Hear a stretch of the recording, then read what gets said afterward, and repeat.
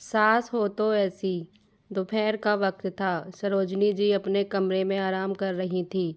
अचानक ओला हल्की आवाज़ से उनकी नींद टूटी। ध्यान से सुनने पर पता चला कि आवाज़ उनके बेटे बहू के कमरे से आ रही थी। ये अचानक इन दोनों के क्या हो गया? अभी खाने की मेज़ पर तो सब कुछ सही था।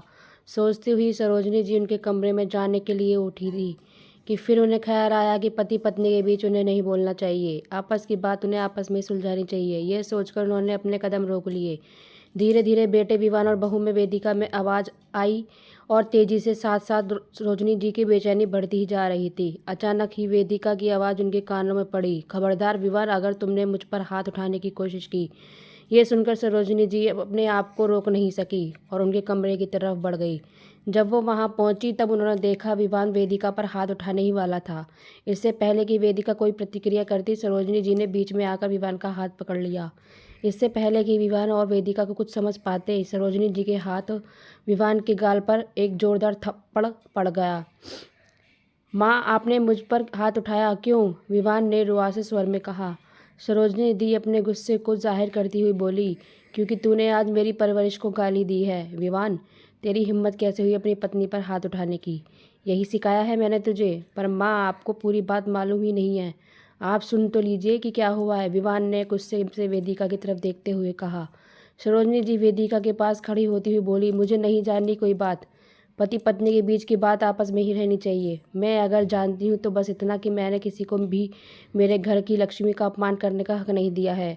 कोई भी बात, कोई भी समस्या, चाहे कितनी भी गंभीर हो, चाहे एक की बात दूसरे को कितनी भी गलत लगे, फिर भी उसे सुलझाने का, गलतफहमियों को दूर करने का एक सही तरीका होता है। साथ बैठकर शांति से बात करो। दूसरे के मन में क्या है उसे जानने की कोशिश करो, समझो। ये क्या कि तुरंत हाथ उठा दिया? ना समझो की तरह एक दूसरे को अपशब्द कहने लगे। ये मत भूलो कि जिसका हाथ पकड़कर तुम इस घर में लाए हो, उसका सम्मान की रक्षा करने का तुम्हारा कर्तव्य है, ना कि इस तरह उसका अपमान करना। अब तक चुपचाप खड़ी वेदिका सरोजनी जी की ये बात सुनकर उनके गले से लग गई और बोली, माँ, आप कितनी अच्छी हैं।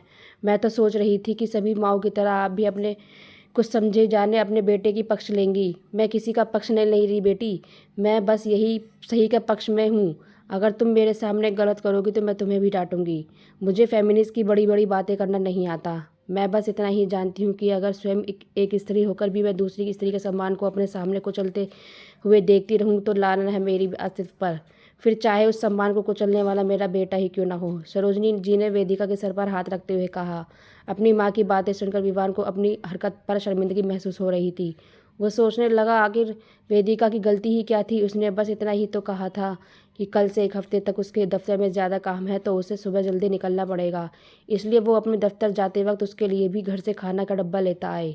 और इतनी सी बात को उसने ईगो इशू बना लिया कि भला वेदिका उसे आदेश कैसे दे सकती है, जबकि वो भूल गया था कि महंगाई और बढ़ते खर्चों का हवाला देकर उसने ही तो वेदिका को ये नौकरी करने के लिए कहा था। वो ये भी भूल गया कि उसके पापा हमेशा की किस तरह घर से लेकर बाहर के कामों में भी बेझिझक उसकी माँ का हाथ बटाते हैं।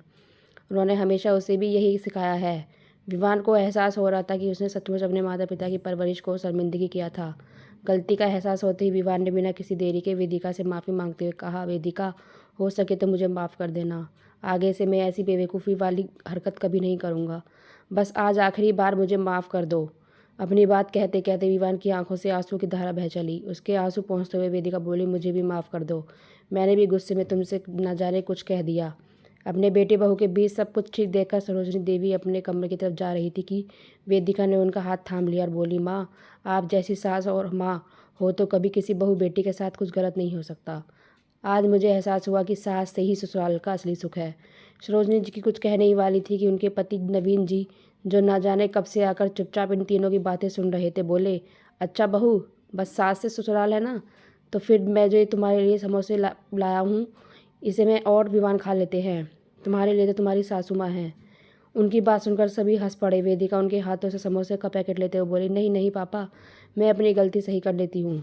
आप दोनों जैसे सास और ससुर से ही ससुराल का असली सुख है। नवीन जी ने हंसते हुए वेदिका के सिर पर हाथ रखा और विवान की तरफ देखते हुए बोले, बेटे, आज तुम्हारी माँ यहीं थी, उसने बात संभाल ली। देखना कहीं भविष्य में ऐसा ना हो कि जब हम दोनों ना रहें तब तुम फिर ऐसी कोई हरकत करो कि हम अपनी बहू से नजरें ना मिला सके।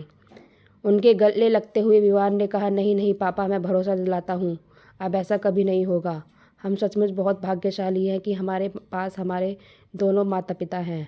अच्छा अब बस, अब बीती बातों को भूल जाओ सब लोग और चलो गर्मा गर्म समोसों का आनंद लो, सरोजनी जी बोली। तो फ्रेंड्स, अगर ये कहानी अच्छी लगी हो तो लाइक शेयर कमेंट्स करें और चैनल को सब्सक्राइब करें। Thank you.